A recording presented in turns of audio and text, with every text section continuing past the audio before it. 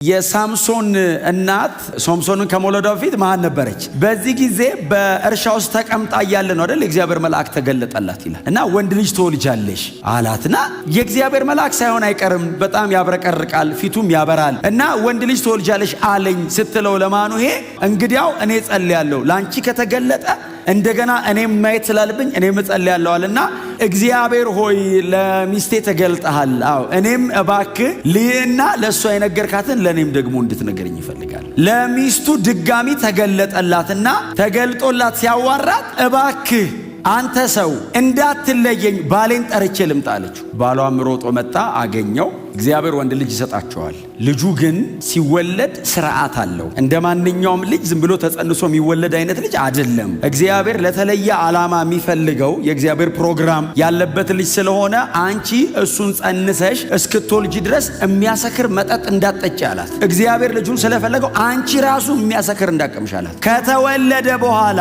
አላት አው እስከሚሞት ድረስ በራሱ ላይ ምላጭ እንዳያርፍ ለእግዚአብሔር የተለየ ነውና ናዝራዊ ነው፣ ጸጉሩን እንዳትነኩ በራሱ ላይ ስለት ያለው ነገር እንዳታሳርፉ ብሎ የልጁን ስርዓት ለአባትና ለእናት ነገረ።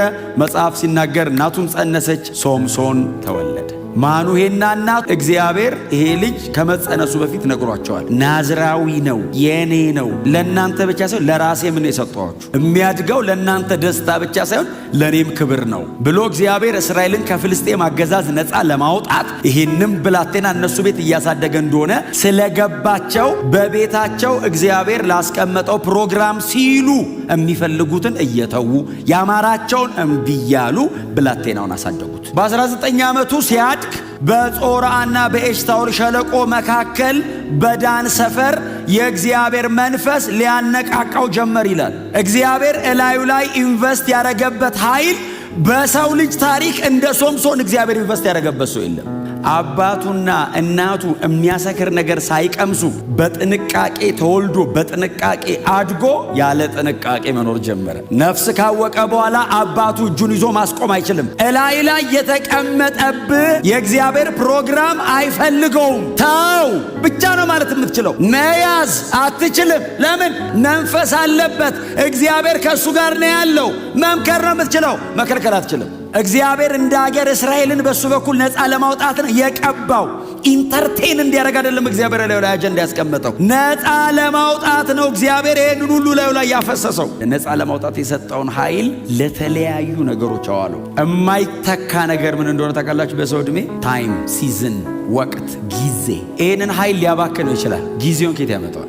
በቃ እግዚአብሔር በአለው መጨረሻ ላይ ሰይጣን አንድ ደሊላ የምትባል ሴት አስተዋወቀ። ወዶ አይደለም የተጠጋችው። ደሊላ ከሶምሶን ጋር መታ እንደምትወደው ትነግሯለች። በጀርባ በኩል ከፍልስጤም ሹማምንት ጋር ስለሱ ታወራለች። እና እንግደለው ወይ ግደዩ፣ ይሄንን ታርጌት ታርጋ ነው መታ ሶምሶን አለችው። አቤት አለ። ምን ባረግ ነው ተራ ሰው የምትሆነው አለችው። ምን ባረግ ነው እምገል ስትለው በእርጥብ ጠፍር ማንም ሊቆርጦ በማይችል ጠፍር ግጥም አረጋችሁ ብታስሩኝ አልችልም መነቃነቅ ሲላት፣ አየ ለጠቅላላ እውቀት አይደለም የምትጠይቀው፣ አደረገችው። ቀጥሎስ መጡበት ስትለው በጥስጥስ አርጎት ሲነሳ ዋሽተኛ። ከዛ እንደገና ስራ ላይ ባልዋሉ አዳዲስ ገመዶች ደበን አርገሽ ብተ አሰረችው። መጡበት በጥስጥስ። ከዛ ሶስተኛ ሰባቱን ጉንጉን አብረሽ አስረሽ በሰባት ችካል መሬት ላይ ብትቸኪው መነቃነቅ አልችልም። አየ ኮቨናንቱ ጋር ተጠጋላት። የልቡን ሁሉ አውጥቶ ነገራት።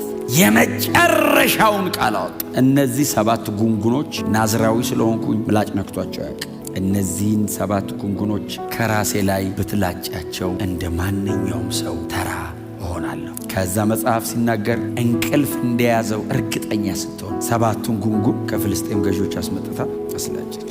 አስራው ተነስ መጡበት ስትለው መጽሐፍ እንደዚህ ይላል፣ እንደ ወትሮ የሆነ መስሎ ሊነሳ ሞከረ፣ እግዚአብሔር ከእርሱ ሄዶ ነበርና። ከዛን ቀን ወዲህ ደሊላ የምትባል ሴት አይቶ አያውቅም። የወደደችው ተራ እስኪሆን ነው፣ የወደደችው አጀንዳውን እስኪጥል ነው። አይኑን አወጡት ይላል። ከዛ አሰሩት ይልና ከቤተ ጣዖታቸው ተሰብስበው ሶምሶንን ከእስር ቤት አመጡት ይላል። አመጡትን አየ ዋርፌሩ የሶምሶንና የነሱ አይደለም፣ የዳጎንና የእግዚአብሔር ነው። እንደዚህ ያሉ አምላክ አምላካችን ዳጎን ስፒሪቹዋል ነው። አየ ዋርፌሩ የአይምሮ አይደለም፣ የእኔ መውደቅ አይደለም ፕሮግራማቸው። በእኔ መውደቅ ውስጥ የሚሰደብ የእግዚአብሔር መንግስት ነው ፕሮግራማቸው። ሶምሶን አልገባውም። ኢንጆይመንቱ የብቻው፣ ውድቀቱ የብቻውን የመሰለው መጨረሻ ላይ ሰብስበው አቁሙ ነገሩት። አምላካችን ዳጎን ያንተን አምላክ አሸነፈው አሉት። ለአምላካቸው ለዳጎን ክብር ሰጡ። ሶምሶንስ በእግዚአብሔር የመገናኛ ድንኳን መኖር የነበረበት ሶምሶን በዳጎን ቤተ ጣዖት ቆመ። ታውቃለህ? አይኑን አውጥቶት ግን ሰውየው እግዚአብሔር ሰከንድ ቻንስ ሰጠው። ሲሰጠውስ ከዚህ በኋላ አልቀልድበትም፣ ለእኔ ያው አልኖርም ከዚህ በኋላ ዳጎንንም